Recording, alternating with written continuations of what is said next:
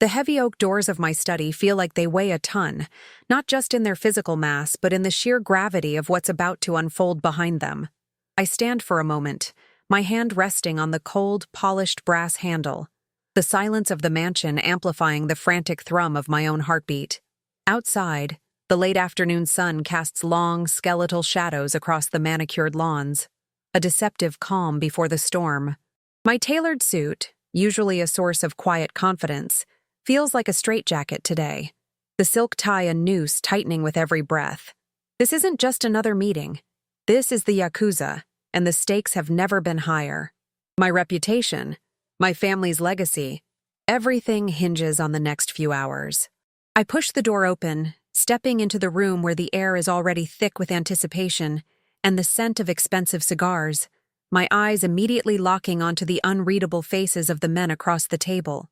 They are a wall of polite, unyielding steel, their presence a stark, cold contrast to the familiar warmth of my home. My translator, a nervous man named Marco, clears his throat, his voice barely a whisper as he begins the formal introductions. But I can already feel the tremor of an impending disaster, a subtle shift in the atmosphere that screams of something going terribly, irrevocably wrong. The deal, the carefully constructed bridge between two worlds, feels like it's crumbling even before the first word of negotiation is truly spoken, and a cold dread begins to coil in my gut, a premonition of chaos. The mansion, my sanctuary, usually hums with a quiet, predictable rhythm, a testament to years of careful orchestration and unwavering control. Every morning I rise before dawn, the first light barely kissing the horizon, and descend to the kitchen where Maria, my housekeeper for the last decade, already has my espresso waiting, its rich aroma a comforting constant in a world of variables. She moves with a silent grace, a shadow in the periphery, her presence so ingrained in the fabric of my daily life that I rarely truly see her, only the results of her meticulous work. Today, however, her usual efficiency feels like a frantic dance, a nervous energy permeating even the most mundane tasks, reflecting the tension that has gripped every corner of this house since the confirmation of the Yakuza delegation's arrival. The air itself feels charged, heavy with unspoken anxieties, a palpable weight pressing down on every soul within these walls, myself included. Despite my outward calm, I watch her now, through the open doorway of my study, as she meticulously arranges a tray of delicate porcelain cups and a steaming pot of green tea, her hands steady, but her shoulders subtly hunched, a silent acknowledgement of the extraordinary circumstances. Her dark hair is pulled back in a severe bun, her uniform crisp and unblemished, a picture of professional composure that belies the underlying current of unease. It's a performance we all play, a charade of normalcy to mask the raw, exposed nerves beneath.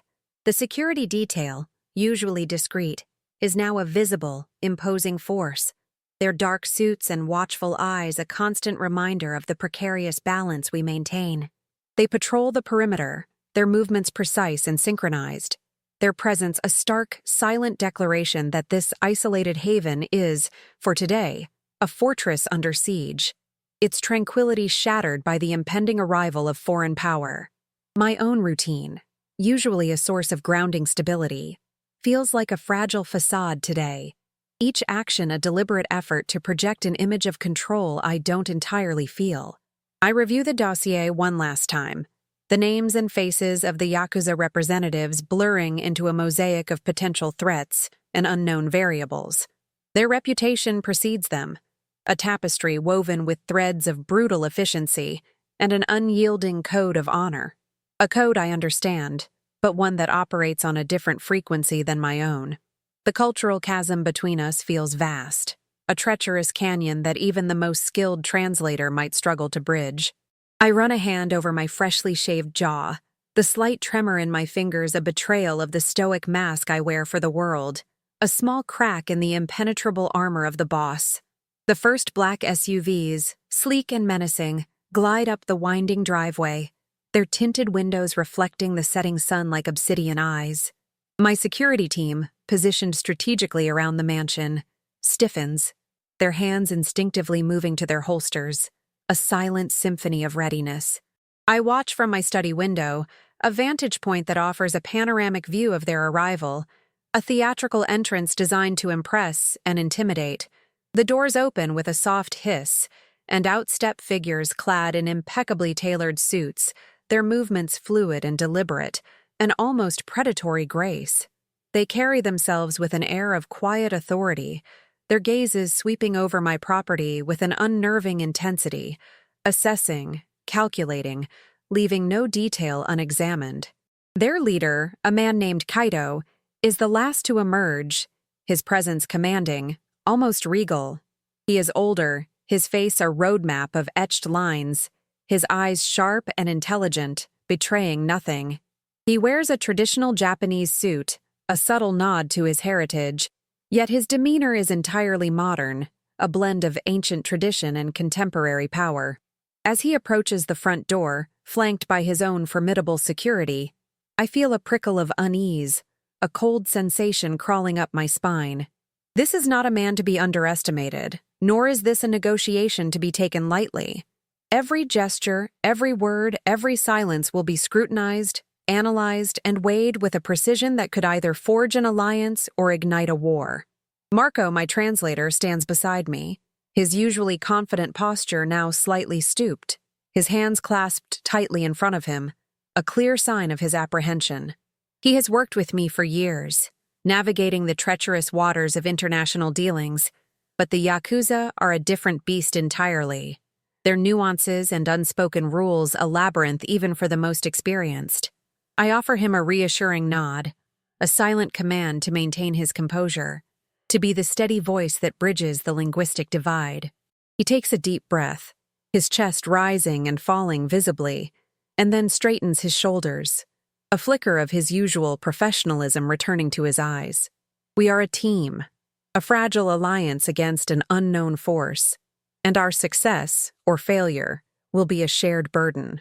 The formal greetings are exchanged, a delicate dance of bows and handshakes, each gesture loaded with unspoken meaning. Kaido's grip is firm, his eyes piercing, a silent challenge issued and accepted.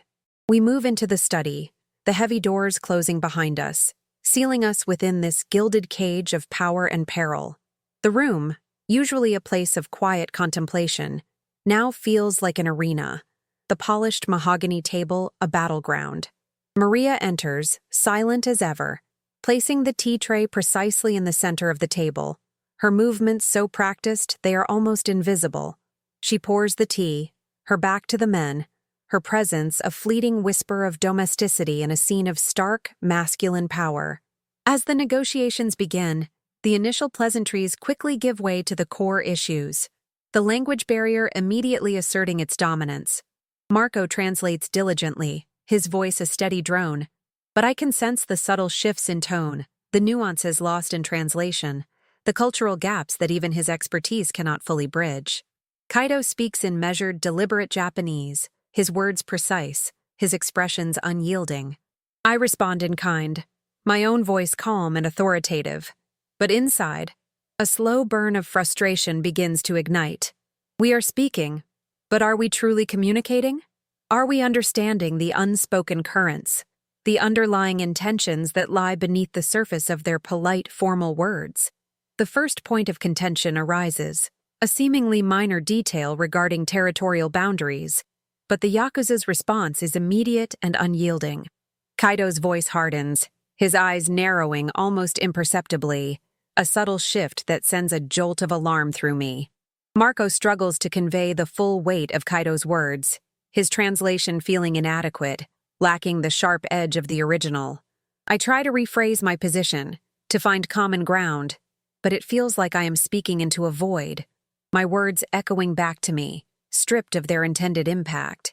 The air grows heavy, the polite facade beginning to crack, revealing the raw tension simmering beneath. My gaze drifts to Maria, who is now refilling Kaido's cup, her movements still precise, her face impassive. She is a ghost in the room, a silent observer. Yet I find myself wondering what she perceives, what unspoken signals she might be picking up that Marco and I are missing. It's a fleeting thought, a desperate reach for an outside perspective in a moment of growing uncertainty. The Yakuza delegation remains stoic, their faces unreadable masks, but I can feel their resolve hardening, their patience wearing thin. The deal, which seemed so meticulously planned, now feels like a house of cards, teetering on the brink of collapse with every mistranslated word, every cultural misstep. The conversation spirals, each side reiterating their positions, the chasm between us widening with every exchange. Marco's brow is furrowed in concentration, beads of sweat forming on his temples, a clear indication of the immense pressure he is under. He glances at me, a silent plea for guidance, for a way to bridge this seemingly insurmountable gap. I try to project an aura of calm to maintain my composure, but my mind races, searching for an angle, a compromise, anything to steer this ship away from the rocks. The silence between their statements feels like an eternity, each pause pregnant with unspoken threats, with the weight of potential failure. Kaido speaks again, his voice lower now, more guttural, a tone that sends a shiver down my spine even before Marco begins to translate. The words, when they come, are stark, uncompromising, a clear ultimatum. Marco's face pales, his voice faltering as he relays the message, the gravity of it hanging heavy in the air. It's a demand, not a negotiation, a line drawn in the sand that I am not prepared to cross. My jaw tightens, my hands clenching into fists beneath the table, a surge of anger mixing with the cold dread that has taken root in my stomach. This is not how this was supposed to go. This was supposed to be a partnership, not a capitulation. I look at Kaido, his eyes unwavering, a silent challenge in their depths. He is testing me, pushing the boundaries, seeing how far I will bend before I break. The room is a pressure cooker, the tension almost unbearable, each breath a conscious effort. My security guards, positioned near the doors, are statues, but I can feel their heightened awareness, their readiness for whatever might come next. The air crackles with unspoken threats, with the weight of two worlds colliding, and the fragile peace we had hoped to forge feels like a distant, impossible dream.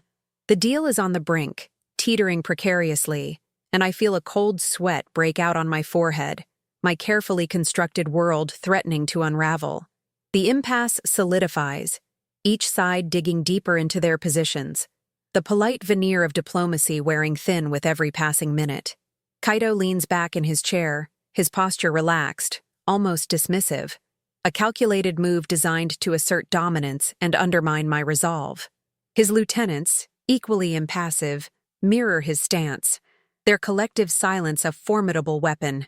Marco, my translator, is visibly struggling, his voice strained as he attempts to convey the intricacies of their demands, the cultural nuances that seem to be deliberately obscured.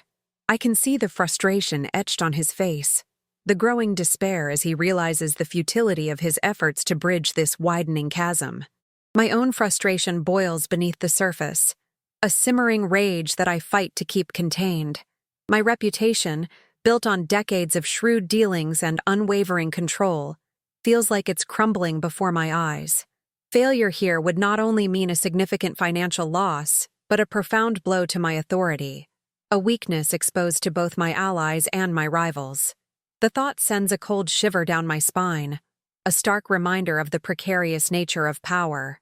I glance at the antique clock on the mantelpiece, its steady ticking a mocking counterpoint to the frantic pace of my thoughts, each second dragging us closer to an inevitable, disastrous conclusion.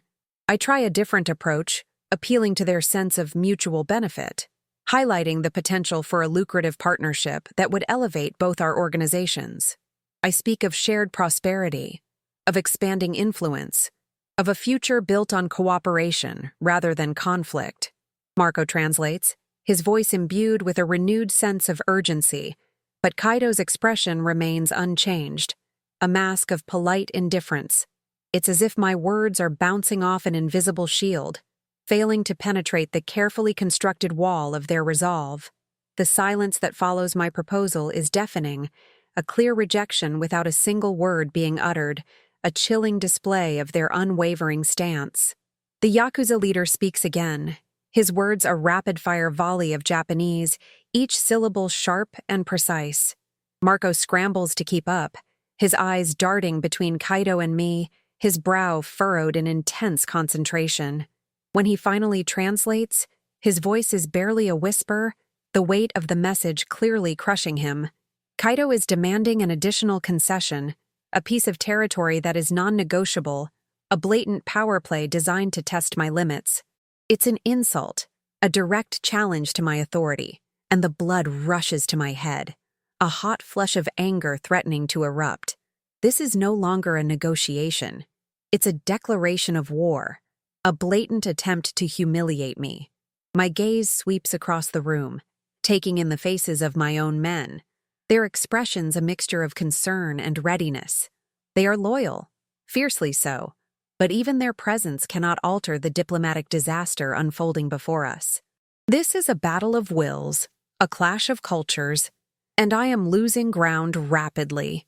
The consequences of walking away from this deal, of refusing their demands, are dire, potentially leading to a bloody conflict that neither side truly wants, but one that I might be forced into to protect my honor. The weight of these possibilities presses down on me, a suffocating burden that makes it hard to breathe, hard to think clearly. I notice Maria again, moving silently around the periphery of the room, collecting empty teacups, her movements as fluid and unobtrusive as ever. She pauses near the large bay window, her back to the table, and for a fleeting moment, I catch a glimpse of her reflection in the glass. Her eyes, usually downcast, are now subtly scanning the room, taking in every detail, every nuance of the tense standoff. There's a flicker of something in their depths, a spark of intelligence, a hint of understanding that seems incongruous with her role as a simple housekeeper. It's a fleeting observation, quickly dismissed as a trick of the light, a figment of my overstressed imagination. Kaido speaks once more, his voice laced with a subtle hint of impatience, a clear signal that his tolerance for this stalemate is rapidly diminishing. He gestures with a hand, a dismissive flick of his wrist that seems to encompass my entire argument, my entire position. Marco translates, his voice cracking slightly, the words a final, unequivocal rejection of my counteroffer. The air in the room becomes impossibly thick, heavy with unspoken threats, with the palpable tension of two immovable objects colliding. My heart pounds against my ribs, a frantic drumbeat echoing the rising panic in my chest, a desperate realization that I am running out of options, out of time. I try to formulate a response, to find some last-ditch compromise, but my mind feels clouded, my thoughts scattered by the sheer pressure of the moment. The Yakuza leader's gaze is unwavering, a silent challenge that demands a definitive answer, a clear capitulation or a declaration of war. My own men shift uneasily, their subtle movements betraying their readiness for conflict, their loyalty a double-edged sword that could either save me or drag us all into a bloody abyss. The silence stretches, an agonizing eternity, each second amplifying the sense of impending doom, the feeling that I am standing on the precipice of an irreversible decision. The thought of my family, my wife and children, flashes through my mind, a sudden, sharp pang of vulnerability. They are safe, protected within these walls, but the consequences of a failed negotiation, of an open conflict with the Yakuza, would ripple outwards, touching every aspect of their lives. This is not just about power or territory. It's about survival, about protecting those I hold dear, even if it means making an impossible choice. The weight of that responsibility is crushing, a burden that threatens to buckle my knees, to shatter the facade of strength I have so carefully maintained for so long. Kaido leans forward slightly, his eyes narrowing, a predatory glint in their depths. He speaks a single sharp sentence in Japanese, his voice low and dangerous.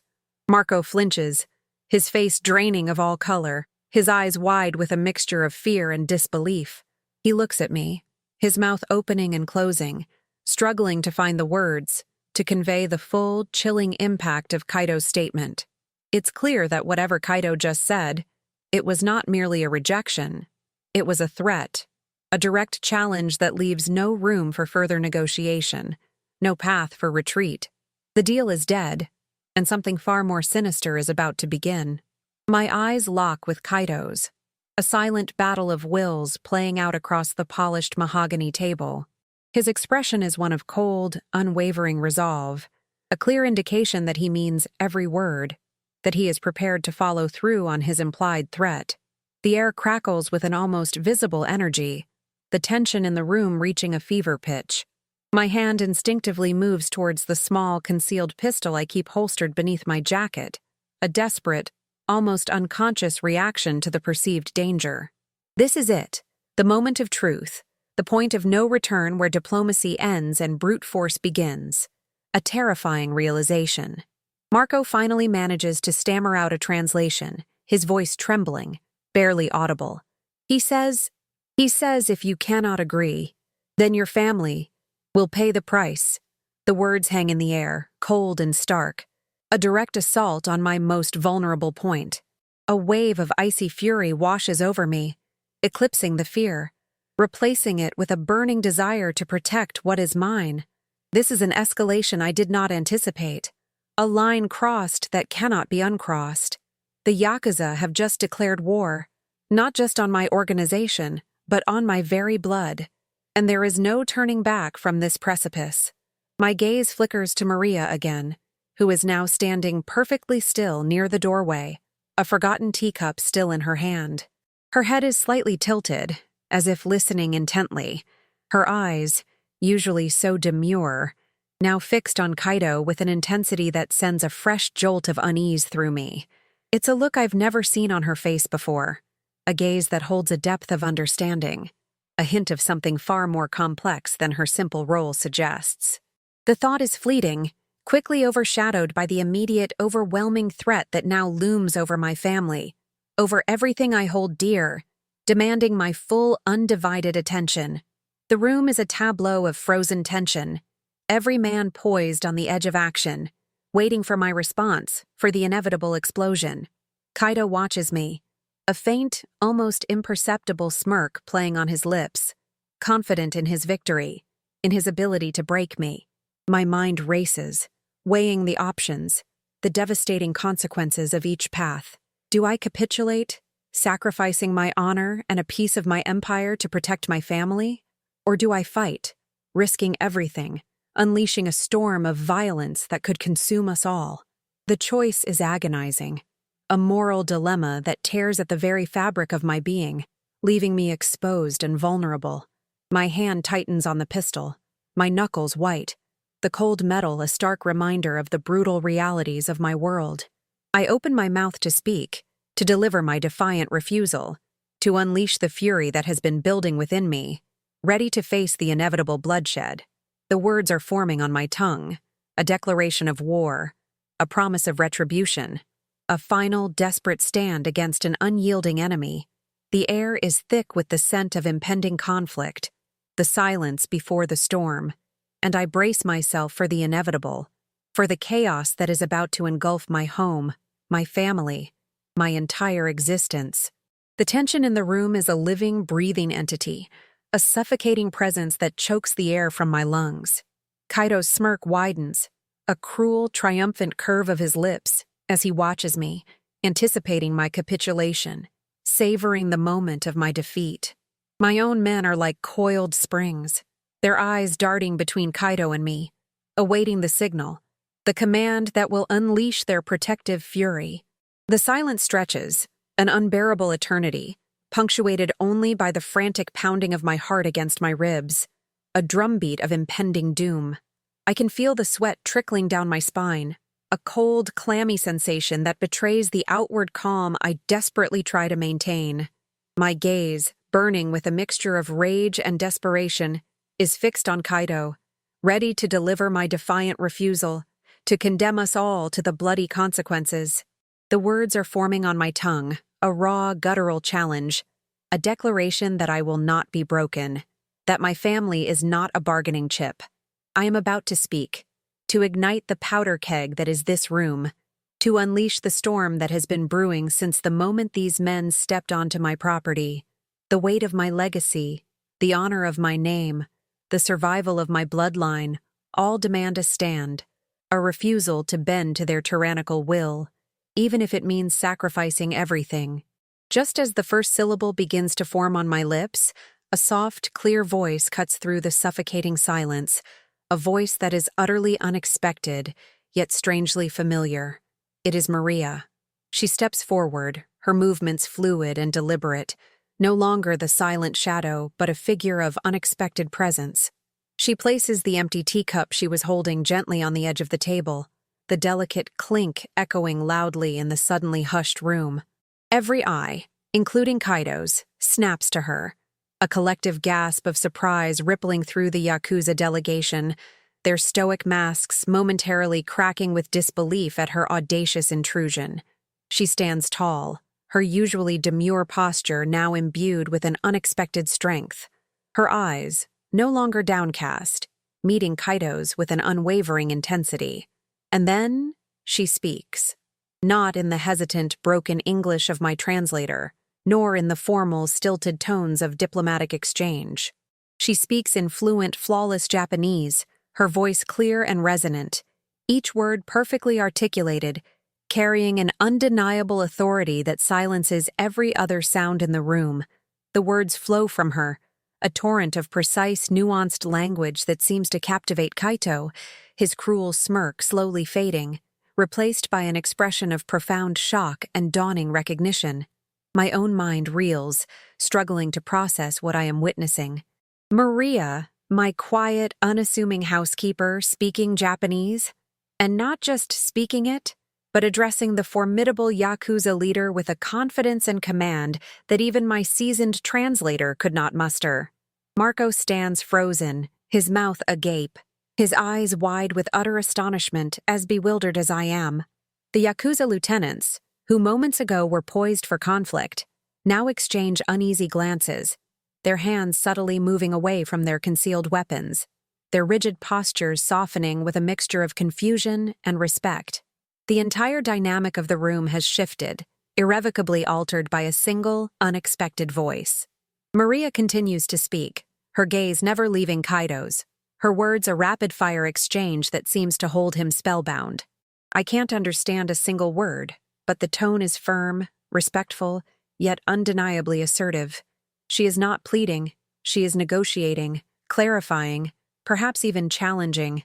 Kaido listens intently, his head tilted slightly, his eyes narrowed in thought, a complex array of emotions playing across his usually unreadable face.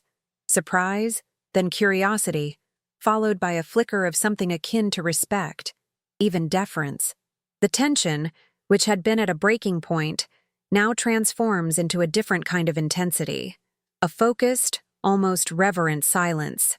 She pauses, allowing Kaido to respond, and he does, his voice lower now, less aggressive, a subtle shift in his demeanor that is palpable even to me. They engage in a rapid back and forth, a linguistic dance that is both mesmerizing and utterly baffling. Maria gestures subtly, her hands moving with an elegant precision, emphasizing points, clarifying intentions. She is not just translating, she is mediating, interpreting not just words but cultures, bridging the vast chasm that had threatened to swallow us whole. It's a performance of breathtaking skill, a revelation that shatters every preconceived notion I ever held about her. My mind races, trying to piece together the puzzle of this woman who has been living under my roof for years, her true identity hidden beneath a veil of domesticity. Who is she? Where did she learn this?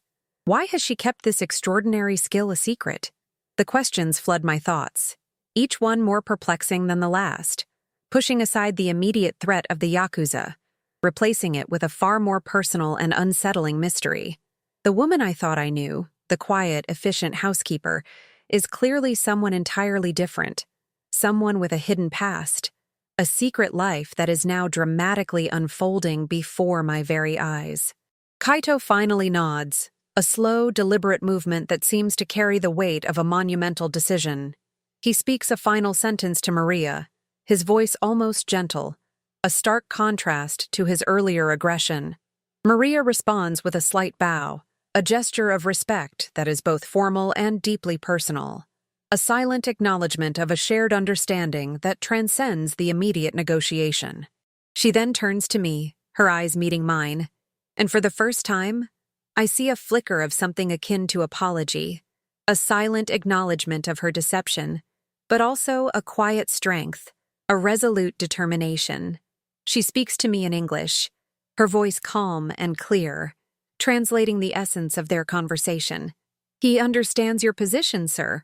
There was a misunderstanding regarding the historical significance of the territory. I explained the local customs and the importance of your family's long-standing ties to the region. He agrees to a revised proposal, one that respects both your interests and his." Her words are like a balm, soothing the raw nerves that had been frayed to breaking point, pulling me back from the brink of a catastrophic conflict, a war that would have cost me everything. The Yakuza leader then addresses me directly, through Maria's translation, his voice now devoid of its earlier menace, replaced by a tone of grudging respect.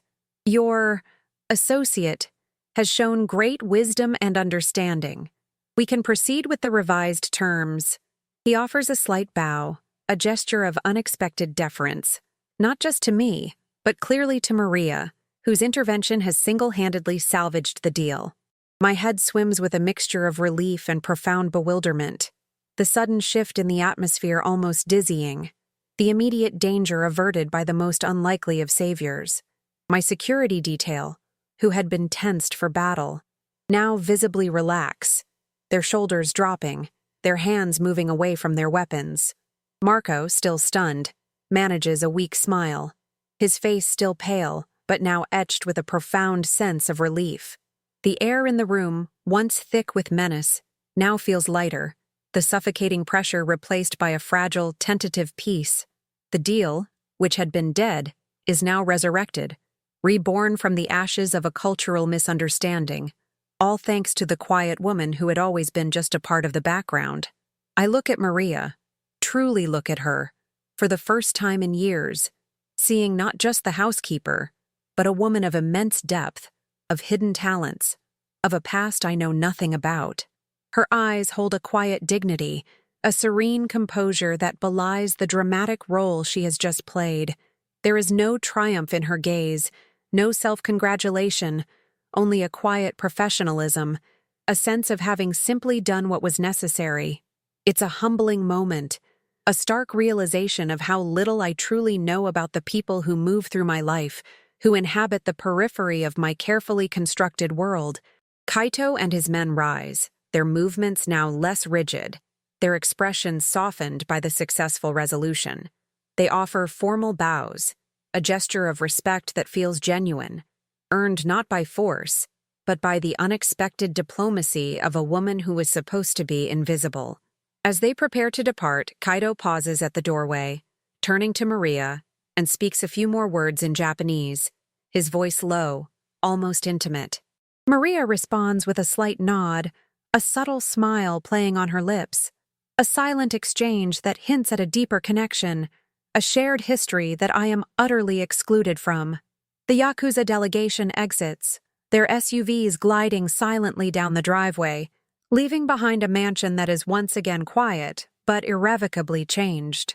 The immediate threat is gone, replaced by a profound sense of relief, but also by a gnawing unease, a new, unsettling mystery that has taken root within the very heart of my home. Maria stands before me, her composure unwavering, her secret now laid bare. The deal is saved. My family is safe. But the woman who saved us is now the most dangerous, most enigmatic presence in my life, a silent question mark in the center of my world. The heavy oak doors close with a soft thud, sealing the silence back into the room, but it's a different kind of silence now, one charged with unspoken questions and a profound sense of unease. The immediate relief that washes over me is quickly overshadowed by a surge of suspicion, a cold, unsettling realization that the woman who just saved my life, and my empire, is a complete stranger. Maria stands before me, her hands clasped loosely in front of her, her gaze steady, almost challenging. The quiet, unassuming housekeeper I thought I knew has vanished, replaced by a figure of enigmatic power, her true identity now a gaping void in my understanding. My security detail, still reeling from the unexpected turn of events, exchange bewildered glances, their usual stoicism replaced by a palpable sense of confusion. Marco, my translator, finally finds his voice, a shaky whisper that barely breaks the silence. Sir, Maria. She... How? His question hangs in the air, echoing the turmoil in my own mind, the desperate need for answers that now consumes me. The aftermath of the negotiation is not the calm I anticipated. It's a new kind of storm, one brewing within the very walls of my home, threatening to unravel the carefully constructed foundations of my trust. I dismiss my men with a curt nod, a silent command for them to secure the perimeter and leave me alone with Maria. They hesitate for a moment, their loyalty warring with their confusion, but eventually they comply, their footsteps receding down the hallway, leaving us in the charged silence of the study. The room, which had been an arena of international diplomacy, now feels like an interrogation chamber, the air thick with the weight of unspoken truths. I turn to Maria, my voice low, laced with a mixture of anger and disbelief. Maria, what was that? Who are you? Her expression remains unreadable, a mask of serene composure that only fuels my frustration. She takes a deep breath, her chest rising and falling slowly, and then speaks, her voice calm, devoid of any emotion. I am Maria, sir, your housekeeper, and I did what was necessary to protect your interests, and by extension, your family's safety. Her words are precise, measured, a carefully constructed defense that offers no real answers, only a deeper layer of mystery. The audacity of her composure after such a profound deception only serves to infuriate me further, pushing me closer to the edge of my control. Necessary? I retort, my voice rising, the anger finally breaking through my carefully maintained facade. You have been in my home for 10 years, Maria. 10 years? And you never once mentioned that you speak fluent Japanese? That you have the ability to negotiate with the Yakuza? What else have you been hiding? Who sent you here? The questions tumble out, a torrent of accusations and demands, each one fueled by a growing sense of betrayal, a chilling realization that my most trusted domestic staff has been living a double life under my very roof.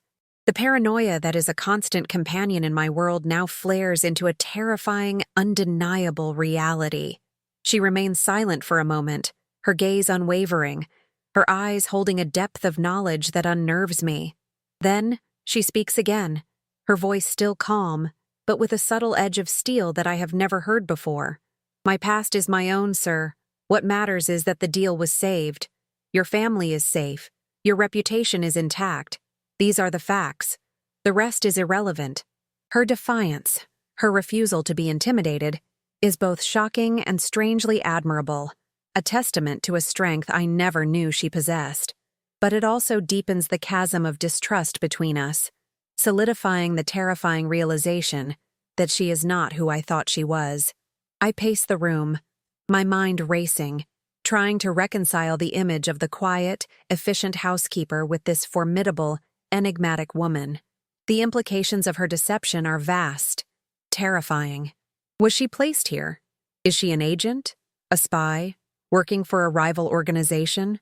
Or perhaps even for the Yakuza themselves? The thought sends a cold shiver down my spine, a chilling realization that my home, my sanctuary, has been compromised, infiltrated by an unknown enemy disguised as a loyal servant. The paranoia, a constant shadow in my world, now feels like a tangible, suffocating presence, tightening its grip around my throat.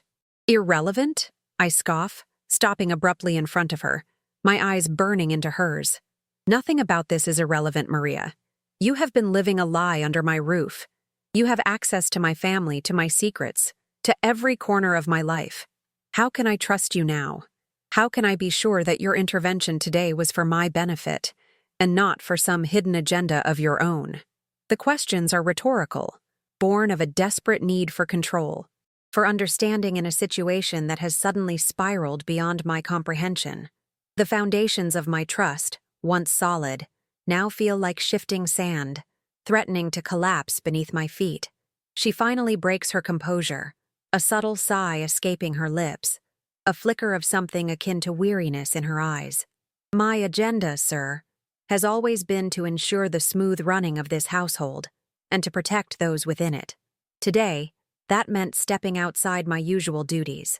I have no hidden loyalties, no secret masters. My past is complex, yes, but it is not a threat to you or your family, I assure you.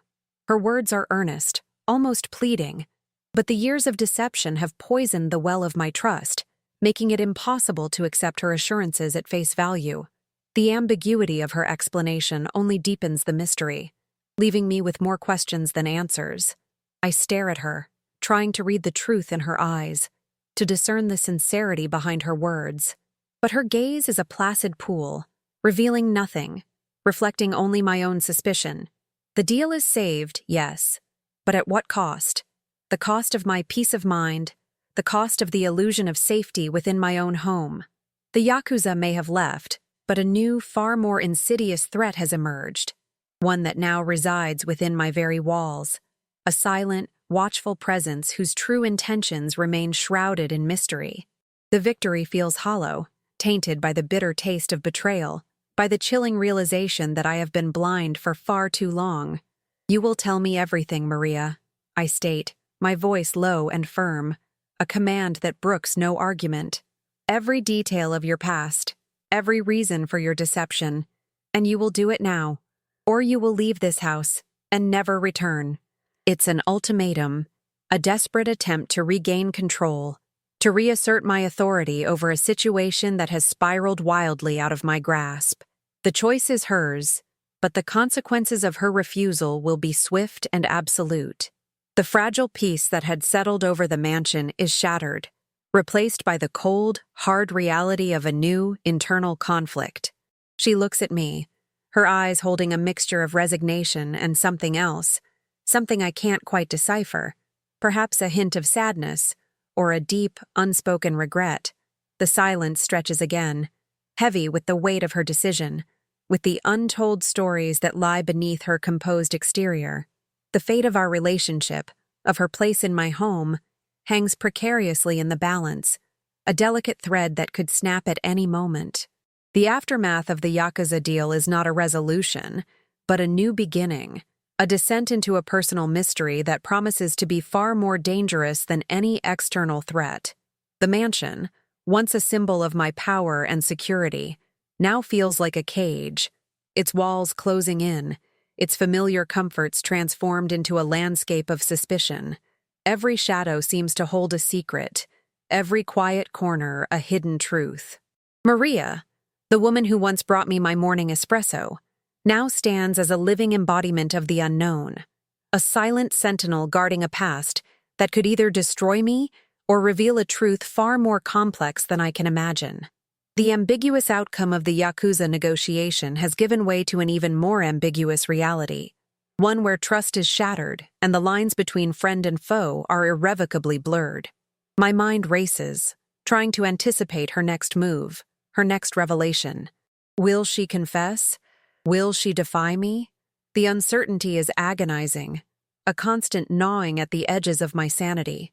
The image of Kaido's respectful nod to her, the intimate exchange of words, replays in my mind, a chilling reminder of a connection I cannot fathom. Was she always an asset? A sleeper agent, waiting for the opportune moment to reveal her true colors? The questions multiply, each one more unsettling than the last, painting a picture of a meticulously planned deception that has been unfolding right under my nose for years. The choice is hers, but the consequences are mine to bear.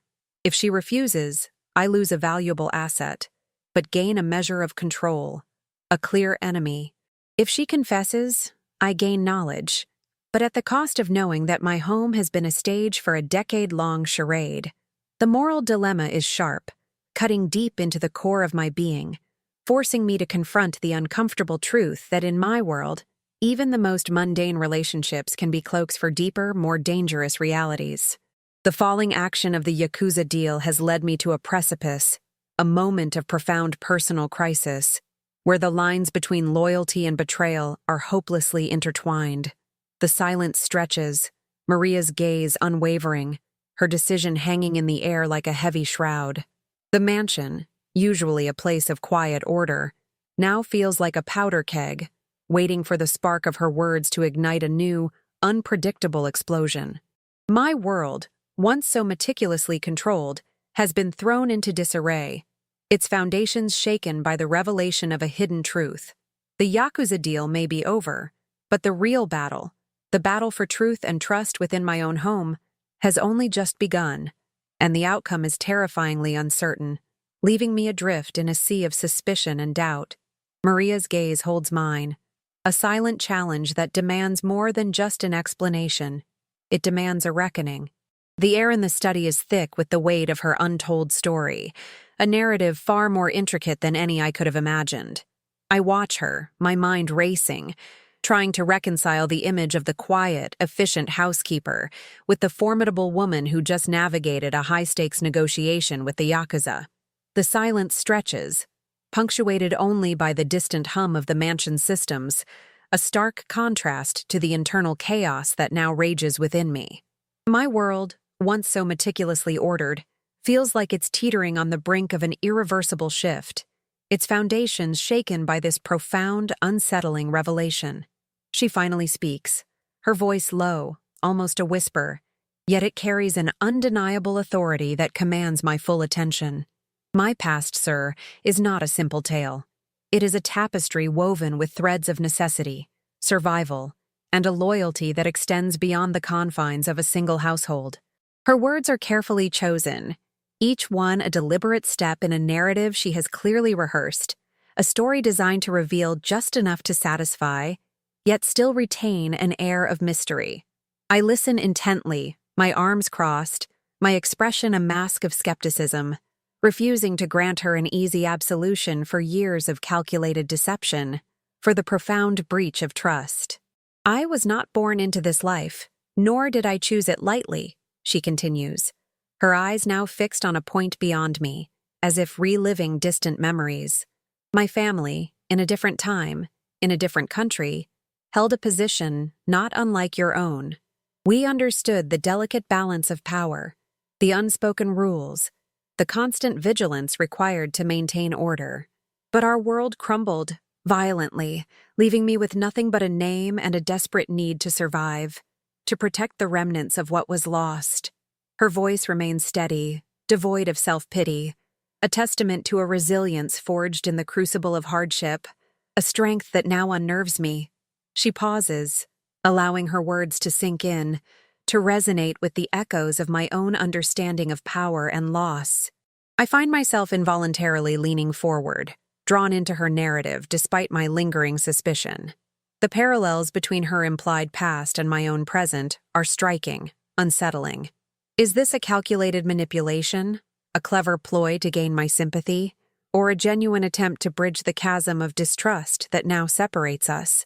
The ambiguity is agonizing, forcing me to question every assumption, every judgment I have ever made about her, about the very nature of loyalty itself. When I came to this country, she resumes, her gaze returning to mine, I sought anonymity, a quiet existence where my past could remain buried. Your household offered that.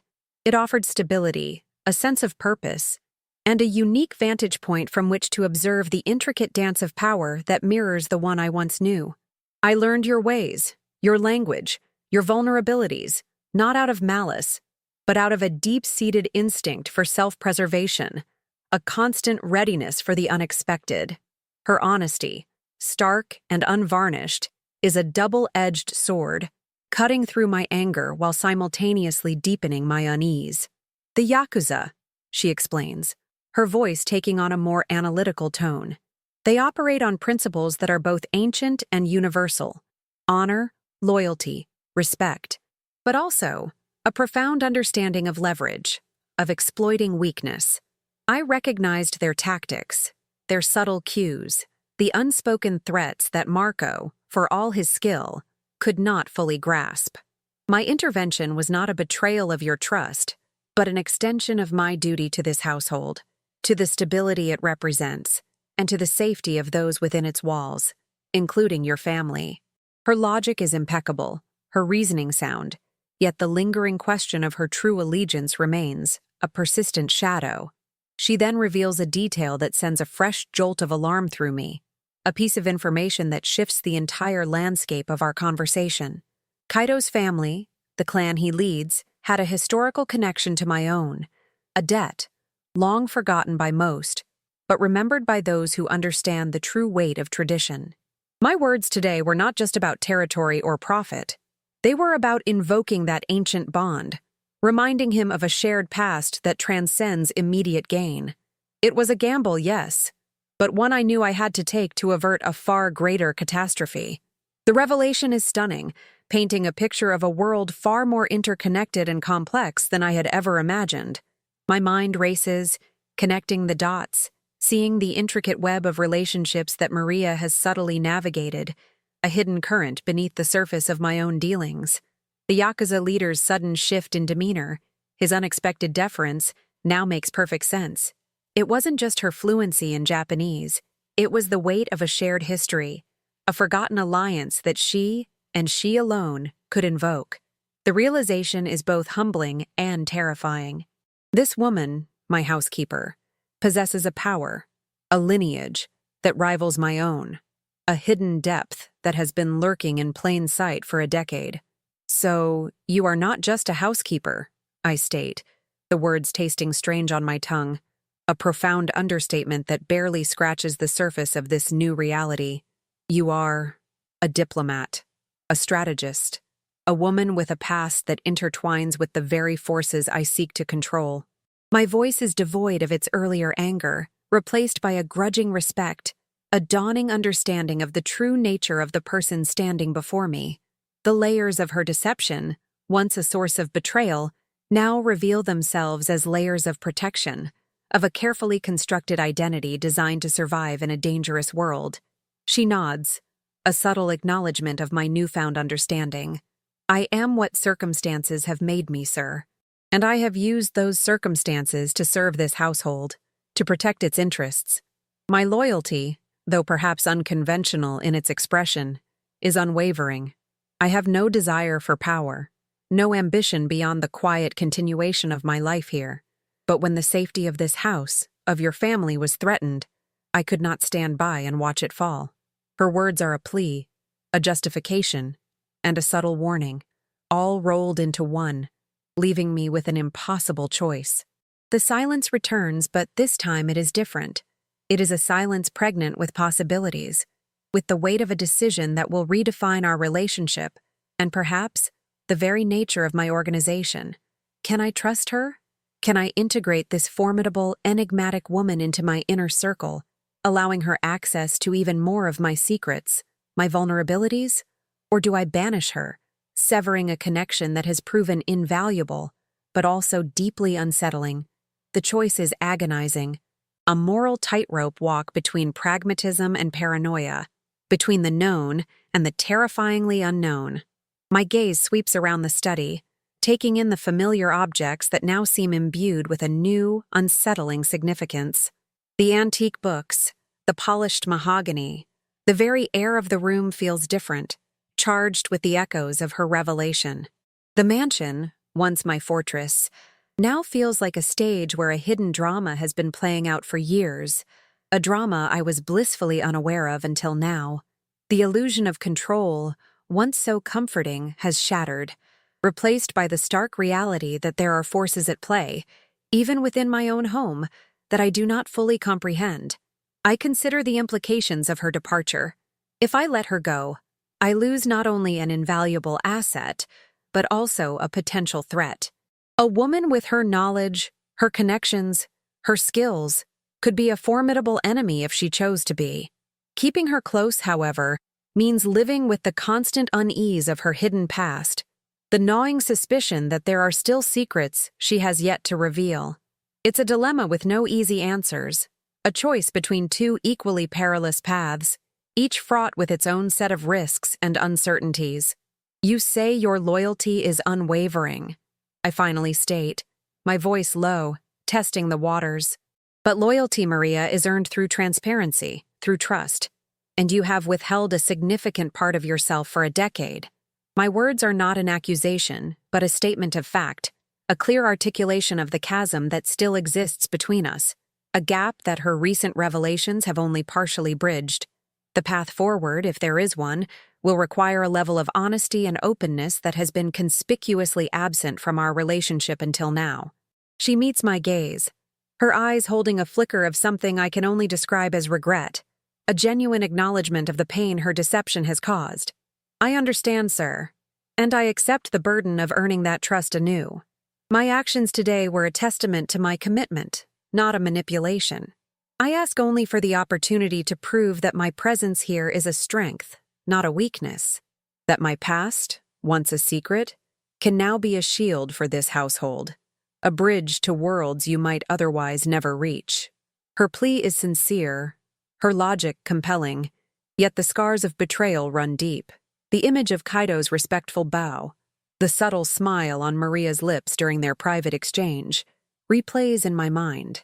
There is a connection there, a shared history that I am still excluded from, a bond that could be either an asset or a liability. The ambiguity of her relationship with the Yakuza leader, the unspoken nuances of their interaction, continues to haunt me, a silent question mark hanging over her every word, every gesture.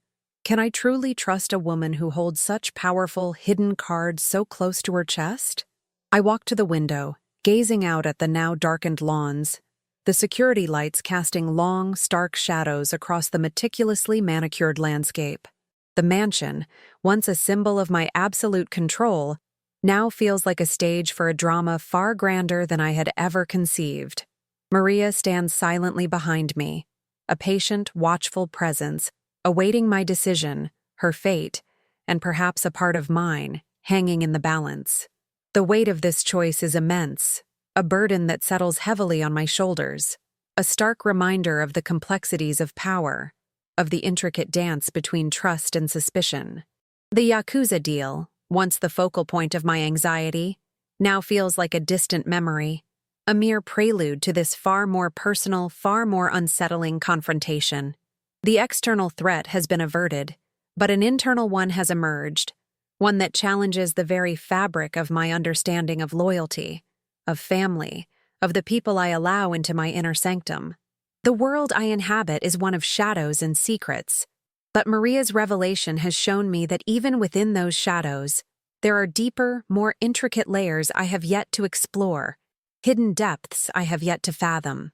My mind drifts to the future, to the potential alliances, the new avenues of influence that Maria's unique background could unlock. The thought is tempting, a strategic advantage that could elevate my organization to unprecedented heights. But it comes at a cost. The constant vigilance, the gnawing uncertainty, the ever-present question of her true motives.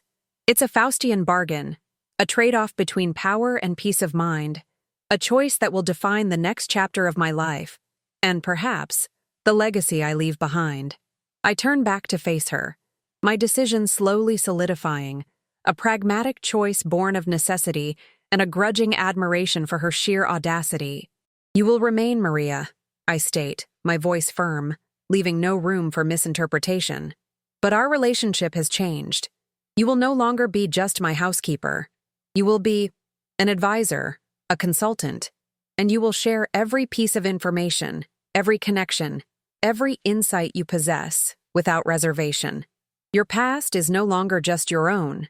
It is now an asset and a liability of this household. Her eyes flicker, a subtle acknowledgement of the new terms, the new reality that has just been forged between us. There is no triumph in her gaze, only a quiet acceptance, a serene composure that suggests she had anticipated this outcome all along. The power dynamic has shifted, irrevocably. She is no longer merely a servant, she is a partner, albeit one whose loyalty remains under constant scrutiny, whose every move will be watched, analyzed, and weighed against the backdrop of her decade-long deception. The mansion, my home, now feels like a different place entirely. It is no longer just a fortress. It is a crucible, a testing ground for trust, for loyalty, for the very definition of family. Maria, the quiet housekeeper, has transformed into an enigma, a living, breathing question mark at the heart of my world. The Yakuza deal may have been resolved, but the true game, the game of power and secrets within my own walls, has only just begun, and its outcome remains shrouded in a suspenseful, ambiguous future, a constant reminder that even in the most familiar faces, hidden depths can lie. My gaze lingers on her, a silent promise to uncover every truth, to unravel every secret she holds. The path ahead is uncertain, fraught with potential dangers and unforeseen betrayals, but it is a path I must now walk, with her by my side, a silent, watchful shadow who is no longer just a part of the background, but a central, pivotal figure in the unfolding drama of my life. The resolution is not an end, but a beginning. A new chapter in a story far more complex and dangerous than I could have ever imagined. A narrative where the lines between ally and adversary are perpetually blurred, and trust is a fragile, ever-elusive commodity. The night deepens outside, the mansion bathed in the cool, indifferent glow of the moon. Inside, a new kind of tension settles, a quiet hum of anticipation, of unspoken possibilities.